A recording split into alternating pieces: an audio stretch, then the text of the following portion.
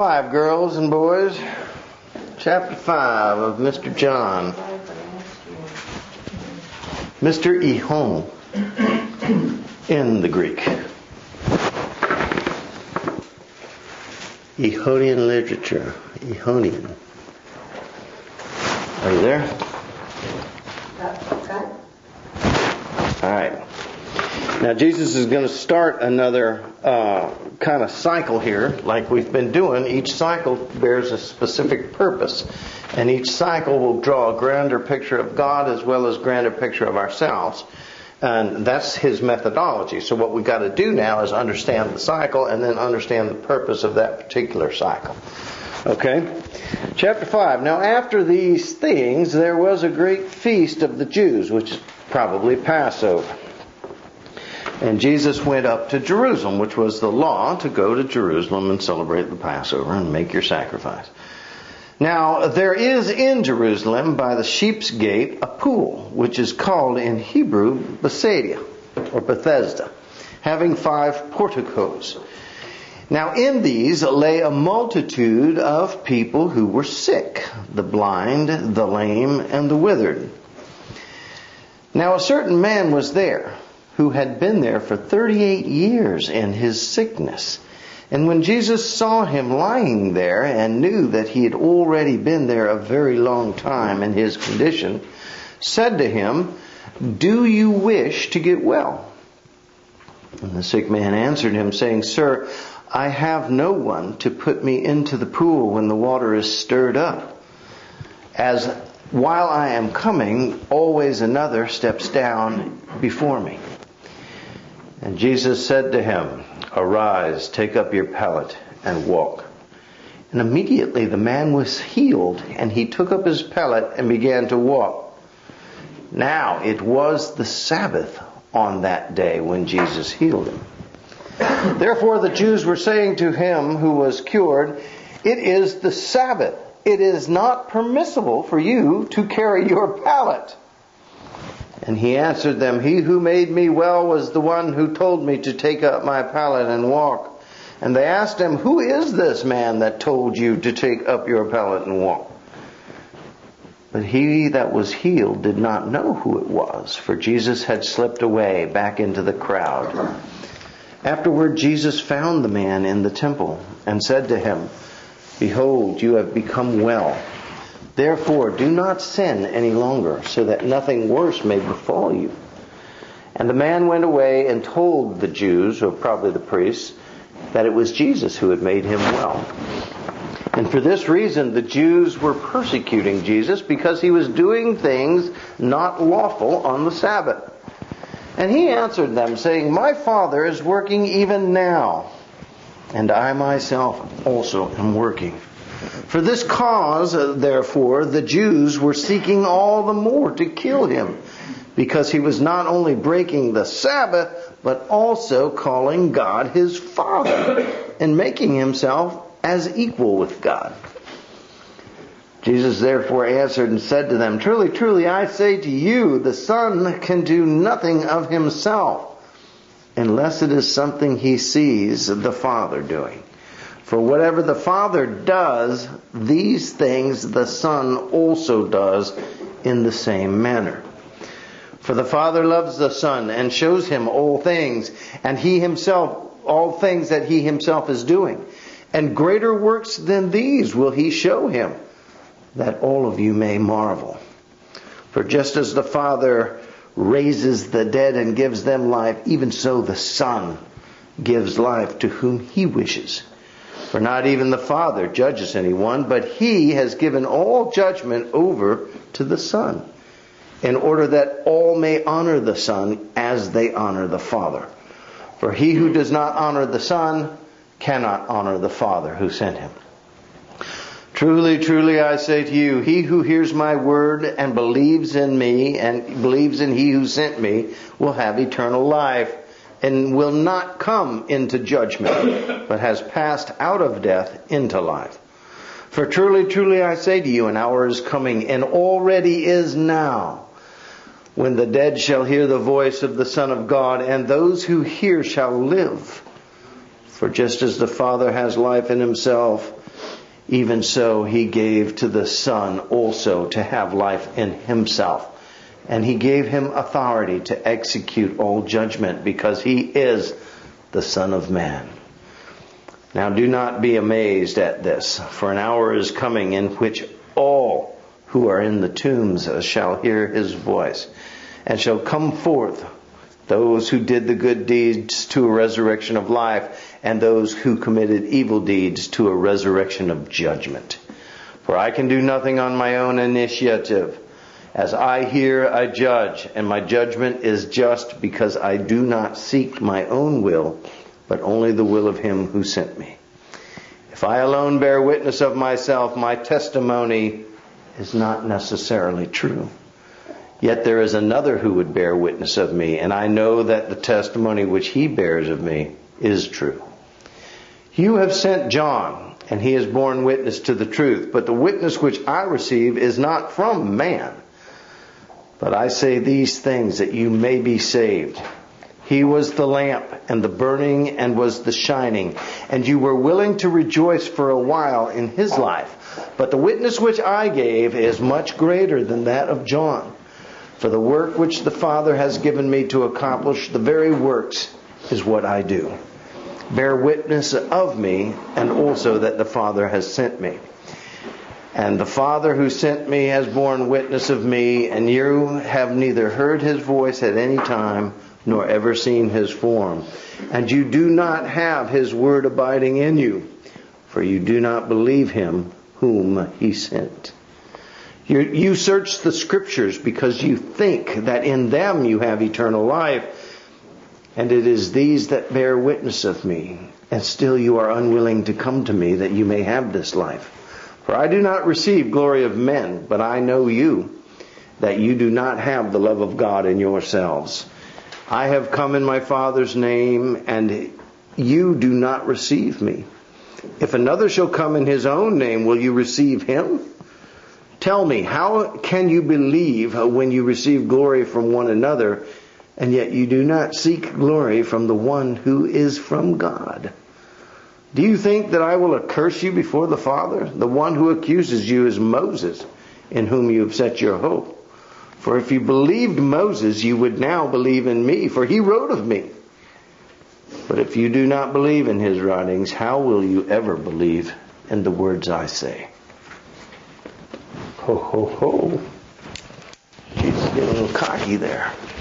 You did that a couple times, I think. Oh, yeah. I think God's got an incredible sense of humor. One day we will know this. So, all right, what do you think? We're starting over again, a new work. He starts off with a miracle or an attention grabber. What was the miracle?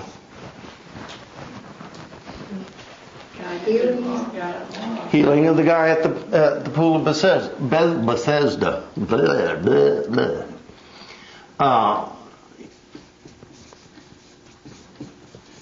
I gotta wonder. People still sit by that crazy pool to this day. Well, I don't know to this day, but to 1980 when I was there. They sit around this pool. If you go in Jerusalem, they have gates on the four sides of the city. Actually, they've got a couple extra little gates now, but they have four main gates. And on this side is the Sheep's Gate, and if you go in, there's couple little pools in the city. But it was there, and it would be just really a crack in the earth, basically. And around it, they built, these kind of portico things, and a deck. But it lay about a story beneath the city. So to get to it, you got to go down these little stairs down to this deck, and it's on the deck that all these people are laying around that are sick to this day, or at least to the 1980s when I was there. And they're all around there, and their junk is all around there, their blankets and whatever they have to. It's kind of like our homeless problem. If you ever go into a homeless camp and see these people laying around, of course they'd have shopping carts full of junk too. And it's kind of a nasty, as far as people want to see the holy pool of Bethesda, and you go down there and it's a homeless guy place. It's not pretty at all. So, we kind of stood up here and looked down and said, okay, I see it. But this is what Jesus did. And He came to this, and He, of course, walked down and confronted one of these guys who'd been there 38 years. Now think about that for a moment. 38 years. The guy's paralyzed, obviously. 38 years laying here. Do you know how much waste a human body can produce in 38 years? Food stuff. Somebody had to be bringing him something or he'd have died from starvation. 38 years. Can I hear a hopeless out of you? He was probably, his highlight of the day was waiting for somebody to bring him something else to eat, maybe. Or a glass of water to drink. Who knows? I don't know. Now he makes a statement that says, and Jesus said, do you want to get well? And he said, well, I don't have anybody to put me into the pool when the waters are stirred. The reason for this is there is a natural fissure here that geologists have discovered that goes down to a river of water. And that's why it bubbles up and it's a pool there. And every once in a while air just, gets into this water, just like a pipe. You hose it at home. When you turn on the hose, it goes for a while until the water gets going. Well, same thing is happening here. Air gets in other channels or whatever, and it works itself down. And of course, when it gets here, the air wants to rise, the bubbles want to rise. And it was believed by these people in that day and age that these were God's angels stirring the waters. And if you were lucky enough to be the first one into the pool when it's bubbling, that God then was obligated to heal you. And this was the belief. That's why these people, so otherwise hopeless, laid around here for 38 years. Waiting for their one shot, their only hope, to get into this bubbly water, because they truly believed God would heal them. In a sense, that's a kind of faith, I think. It's a faith that I believe, I'm going to say without option. But it is a faith. In a sense, if I told you, Mary Pinger, for your sin, if I was judge of the world, I said, for your sin, you're going to go to hell for 3,963 years, you would go, oh, that's a bummer. But there's hope there. Because eventually, 3,693 years will come to an end. You see what I'm saying? Mm-hmm. There's still hope there, even though it's a hopeless situation. Even though it's a damned situation. You're sitting there thinking, well, I'm going to suffer. But one of these days, it will end. And I will be set free. Well, that's basically what these people are. They have a faith, but it certainly is not a living faith in a gracious God. It is a faith born of hopelessness, really with no other option. If I leave the pool, I'm lame forever. You see what I'm saying? A lot of people in our world have this kind of faith. This is not a faith that Jesus talks about that leads to life. This is a faith that continues the hopelessness. It is a faith really much under your own control. And, whether you want to believe the bubbles are from God or it's just a geological feature, I don't know. In that day and age, it was of God. In this day and age, we realize what's actually happening here. And it still bubbles today. If you go over there, you'll catch it every once in a while. It'll bubble all up. And you know what? There'll be some idiot jumping in it, waiting to get healed. This This is what Jesus is trying to dispel. This faith born of hopelessness and yet still under your own control. Jesus walks down and confronts the guy and says, "What do you want?" Well, he doesn't answer, "Make me well, make me walk, let me get out of this hellhole." He's still worried about, well, I don't have anybody to throw me in the pond when it bubbles. Jesus doesn't even deal with that nonsense. I mean, Jesus could have said, well, that's just a bunch of air under the... it's really not God doing anything. You've been laying here for 38 years. Think about 38 years of your life. That's more than this church has been in existence. I think about 30 years ago when we started this church, I was 29. Now I'm heading to 61. So a good hunk of my whole adult life has been spent at First Covenant. And if I wanted to add 8 more years, I still wouldn't equal this guy laying there for 38 years. I've raised 2 children to manhood. I've, moved 3 times to new homes. I've been halfway around this planet, dozens of times to Europe. I've done a lot in 30 years. This guy's laid there. Can you see the hopelessness of it? Can you see the complete? So when Jesus asks him a question, what do you want? I want to get close to God, do you? But I have to do it on these terms. And I need somebody to throw me in the bubbles when it comes up. I got this covered, God. My turn's coming almost any day now. Really? You're waiting for the bubbles. Jesus doesn't even deal with that nonsense. Listen to the way he answers, what do you want me to do? And the guy explains, I don't got anybody to throw me in the bubbles. He goes, get your pallet, get up, walk, and get out of here. You want to get close to God? Watch this. Get up and walk.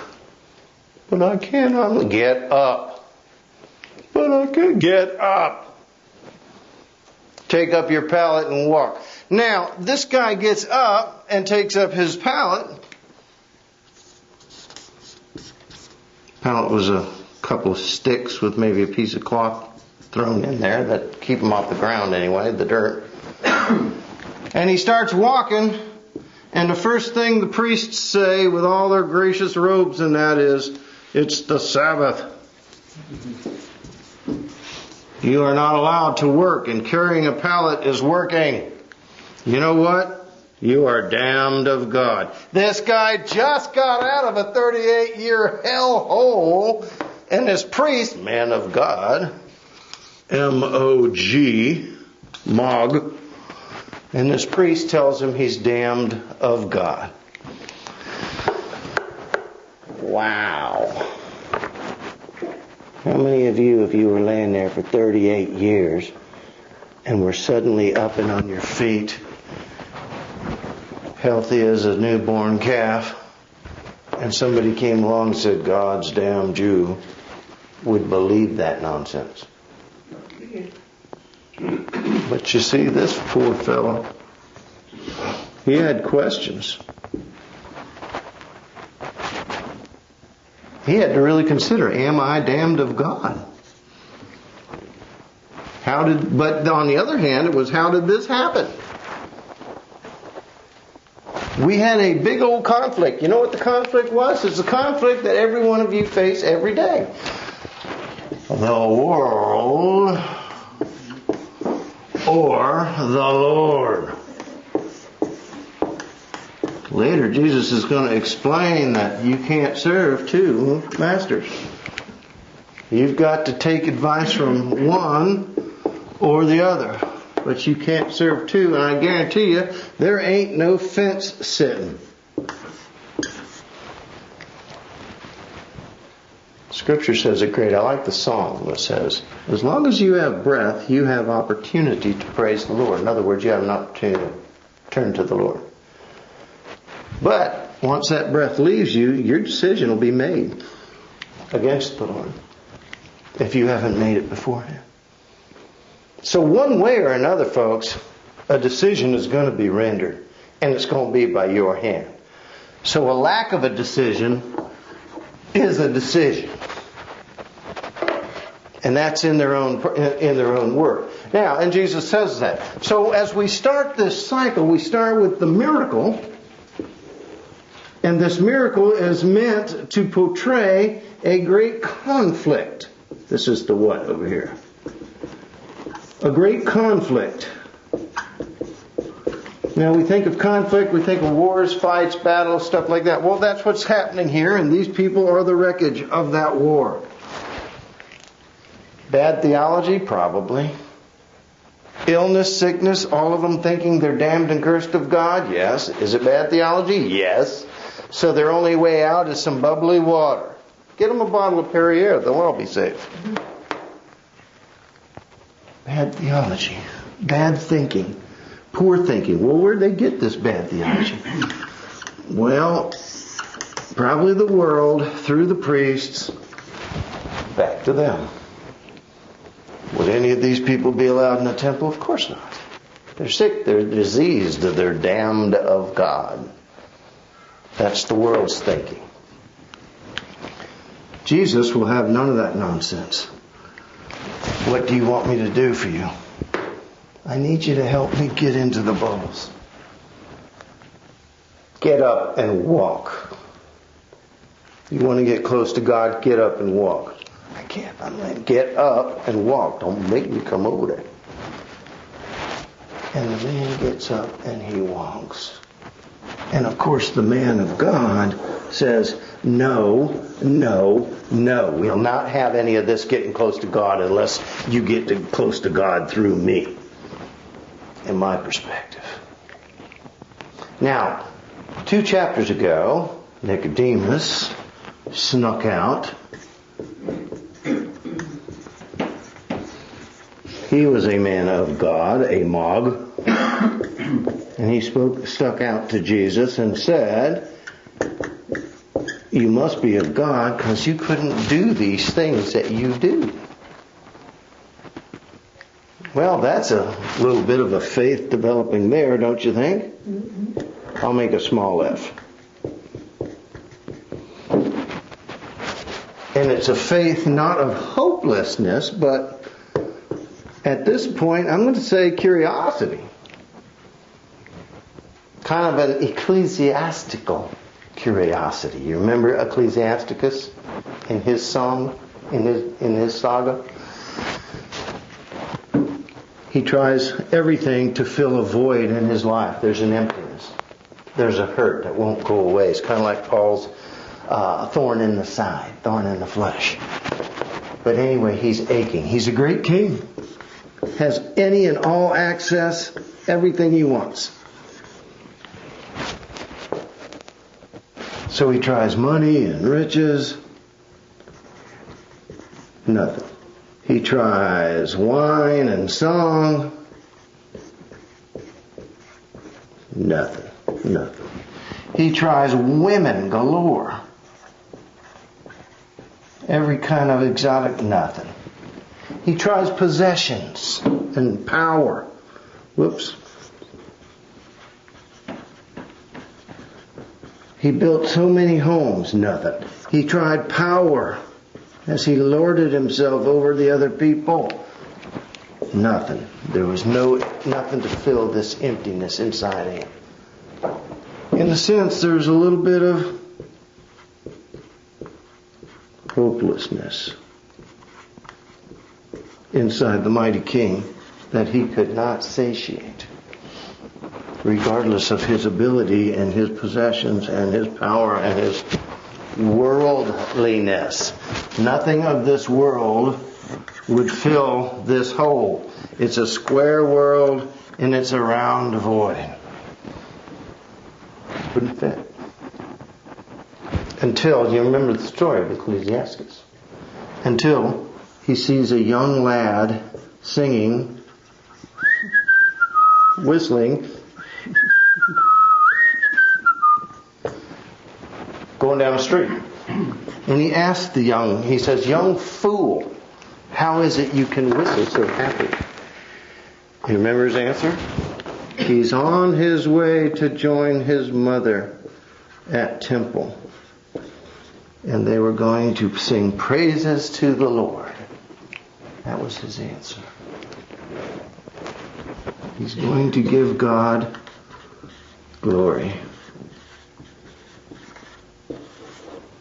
Ecclesiasticus was the man that said, "I don't need God. I got everything else." And then there is that piece missing, see. It's almost programmed into our DNA. You can go all the way back to Genesis, where we are told that we will not ever truly rest until we rest in God. Never. Oh, we can cover it, mask it, parade it, do whatever. But we will never truly rest until we rest in God. In other words, do you want to get close to God? That's a question of John. Well, you'll never truly rest until you get close to God. Ecclesiasticus doesn't end on the sour note, because he is the world's greatest sourpuss through all of life. Even though he has every benefit, he's miserable.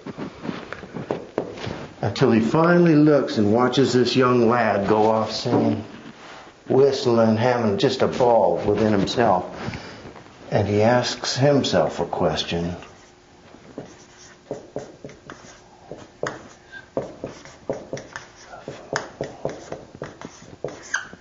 Who is the fool? This child? Or this king that would deny himself this need, and worse, deny himself the possible remedy for it? Who is the fool? In essence, this is the story of John.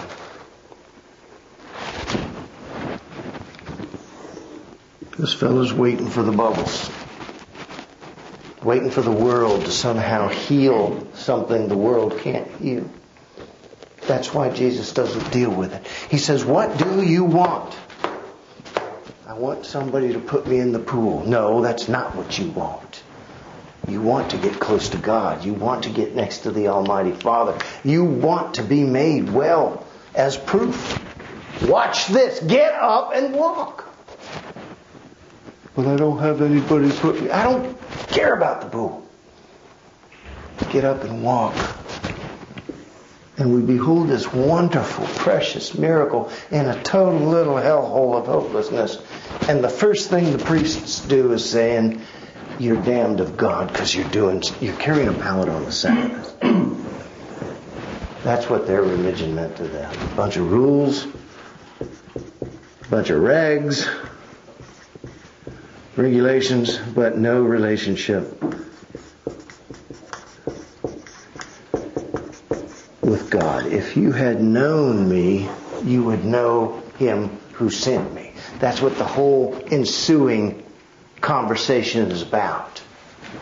You need to listen to me, not this idiot over here saying you're damned of God because you're carrying a hunk of wood and some cloth on a Sabbath.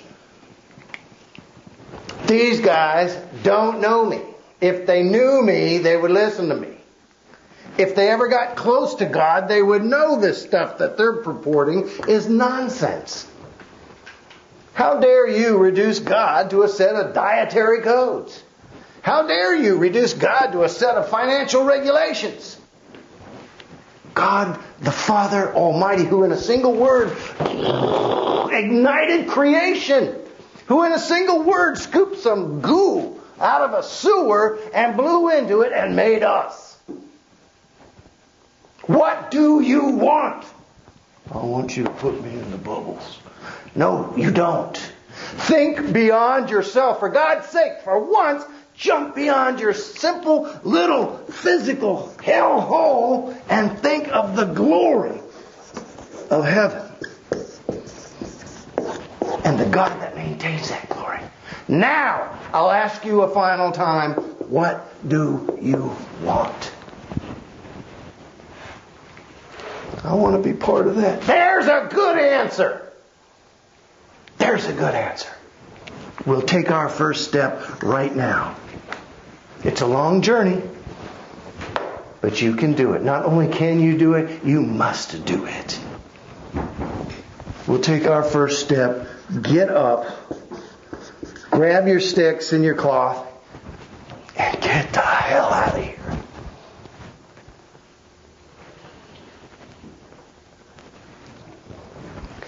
Well, the lesson was good, but this fellow was a little crazy about it.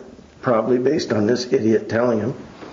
Who is it that told you to do this? I'm not really sure. Jesus left him not in his ignorance, did he? Because he went in the temple, found the guy,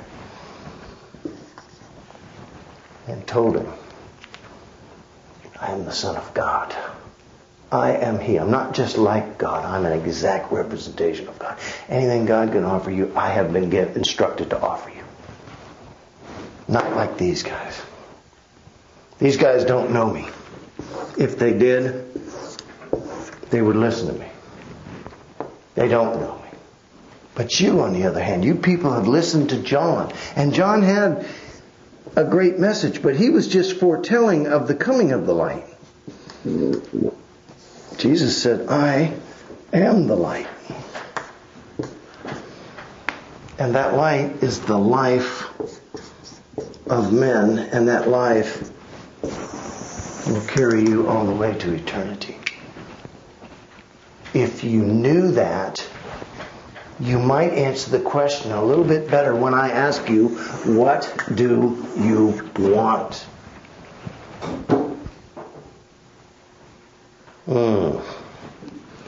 The purpose, as we continue our circle, I don't know what happened to our circle. Oh, there's conflict.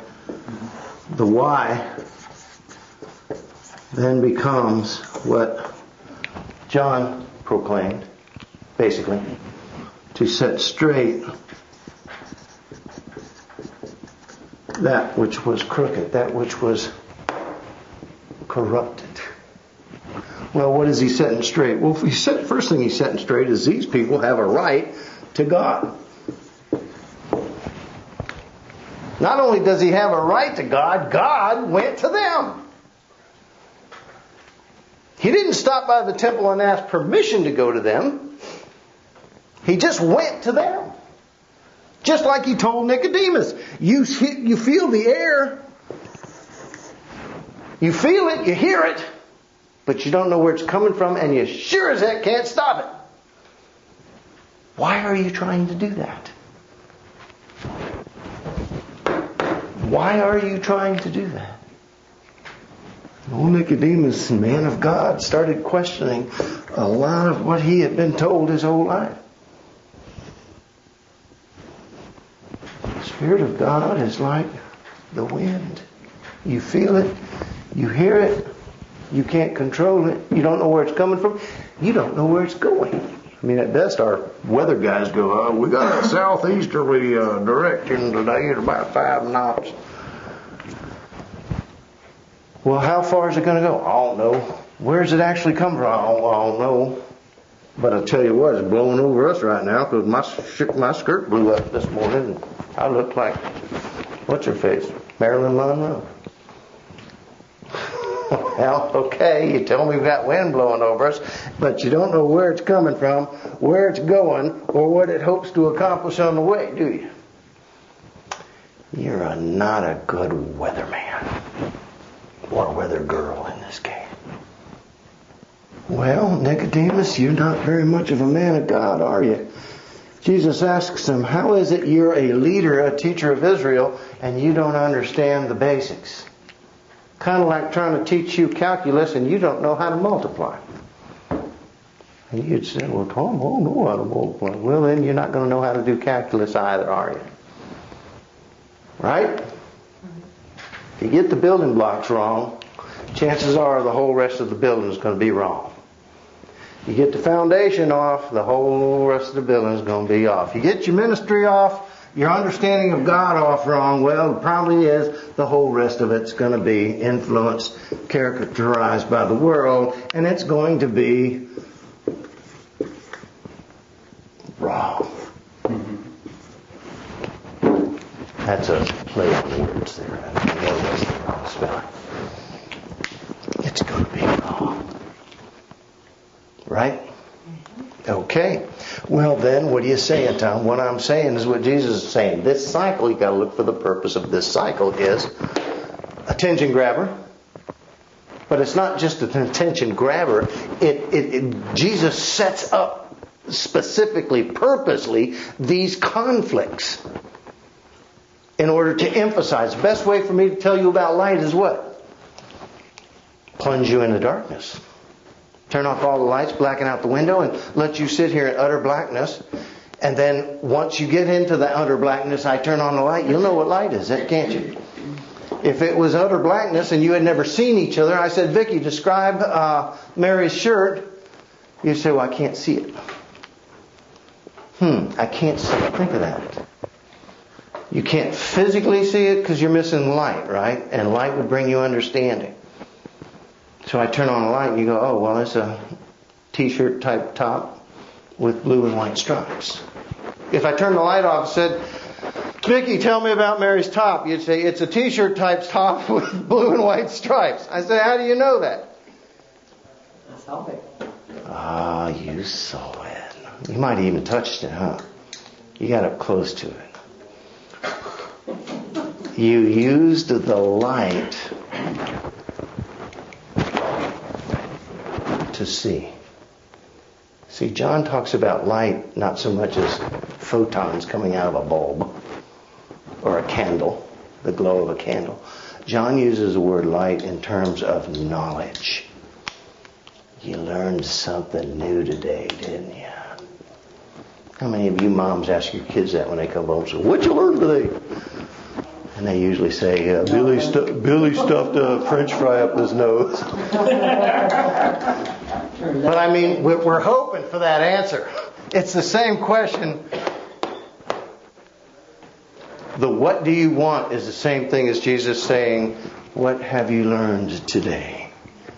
Jesus went back and found the guy and asked him, not now. He already asked the what do you want. It's what did you learn?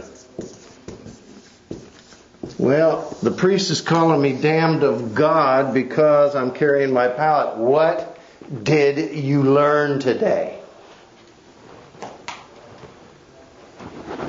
Don't tell me what this idiot is telling you. What did you learn today? The reason you know what color her shirt is because you saw it. It was made enlightened to you. And even the light goes off or goes away because Jesus says, walk in the light as I'm in the light. One of these days I'm going to be gone. And you're going to need to know what color Mary's shirt is. The reason you can tell me is because you've, through the light, seen the goal, the prize. Vicki, do you want a shirt like that? Blue and white looks great on you. And you say, yes, I do. You've learned, you've seen, you've touched. That's why the apostles write later, when I tell you, I have seen, I have learned, I have touched of Jesus Christ. It isn't story, it isn't fable, it's not fairy tale. I actually did it. I saw it. I saw him heal the guy. I saw him touch the guy. I walked on the dang water, for crying out loud, for a little bit anyway. Don't tell me Jesus ain't real, you idiot. I was there. Thomas, oh, what a goon he was. I want to put my finger in your side, stick it in the holes of your hand. As gross as that was, he needed to touch, to see. He needed the light. After that, Thomas never doubted again, ever. This is the third cycle. Jesus is setting up the classic conflict between what? Well, between what you think you know, sophomore, and what the Lord truly is. Remember our little sophomore discussion? It's time to get promoted. He's taking us from this conflict to the set straight. Well, what is it we're setting straight? First of all, the understanding of ourselves.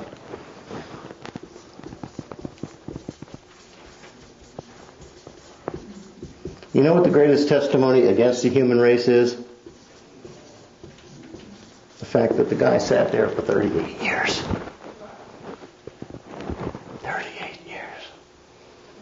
Somebody sitting outside of my house for 38 years, unwashed, unbathed, I'd do something about it. Or at least try. Understanding, well, we're not fit for the temple. We're damned of God. We've been told we're damned of God. We're just going to wait here till we die, unless a couple of us lucky ones can get into those bubbling waters. Oh, Lord. You are worthy. That's the understanding. Secondly, the priests have no answers for your question. The question is, what do you want? Even if they had an answer, think about it. They're not giving it to you. You got nothing they want. Conditional salvation. Isn't that nice? But fortunately for us, the Spirit is like the wind. It blows where it wants. Even down into the hellhole.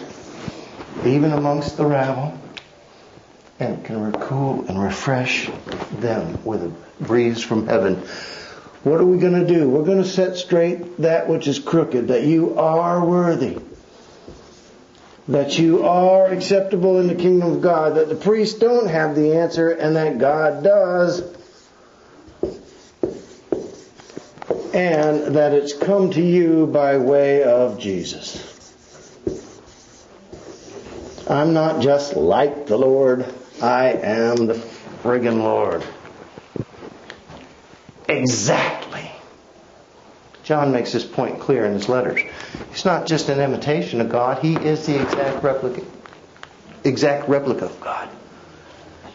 Isn't it funny that we get all the way down to the end of John's Gospel, and when we get there we'll talk about it, and Philip, kind of a remedial student, says what? Show us the Father, it'll be enough. Man, talk about throwing your arms up and saying, you lummox, you sophomore, if you've seen me, you've seen the Father.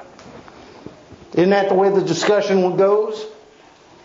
Show us the Father and it'll be enough. Philip. I mean, Jesus had to cry over that answer. Is there no understanding in you still? Jesus always says, oh men of little faith. Basically, he's saying, you idiots. How plain have I made multiplication? You'll never understand calculus until you learn multiplication, Barbara. I don't want to learn it. Well, and that's a true answer. That's what most of the world says.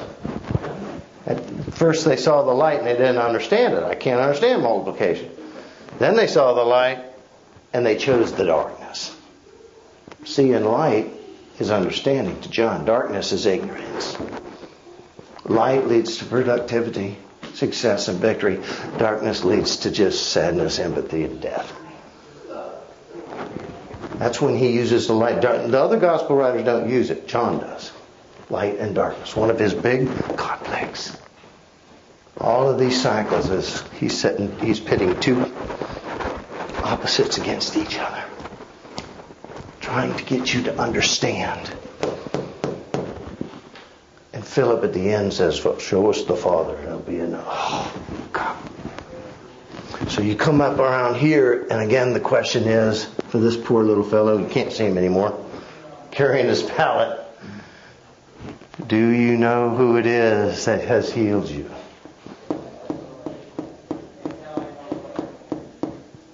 Or are you going to listen to this idiot? Make your understanding, make your decision, base it on understanding on what you've felt and touched and seen. And know that God goes where He wants. And there ain't nothing this mogue is going to do about it. Now make your decision. What do you want? Do you want to get close to God? God wants to get close to you. That's obvious. Do you want to get close to God? Becky, do you want to get close to God? Mary Pinger, do you want to get close to God? And that's what He's asking us every Sunday when you show up at this church. Do you want to get close to me today? Well, then come with understanding. Come with purpose. Come with assurance. Come with a decision already made. I know mine and mine know my voice. That's what the whole rest of the conversation ensued. They say they know me, but they don't know me. If they did, they know. They say they know He who sent me. If they did, they'd know me. Make your decision. Very powerful chapter, because it's the same question God asks us every Sunday when we get here. Every morning, really, when we open our eyes. What do you want?